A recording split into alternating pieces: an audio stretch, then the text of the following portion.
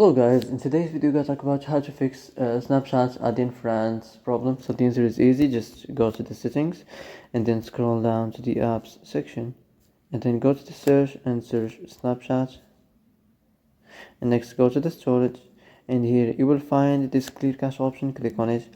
Now you can go check it if it worked, and if it didn't you can try to restart your phone or turn the Wi-Fi off and on, or the Bluetooth or the airplane mode. Also you can try to clear data, but be careful. If you clear data, all the Snapchat's data will be deleted. This includes all files, the settings, the accounts, the databases, etc. So be careful if you want to clear your data.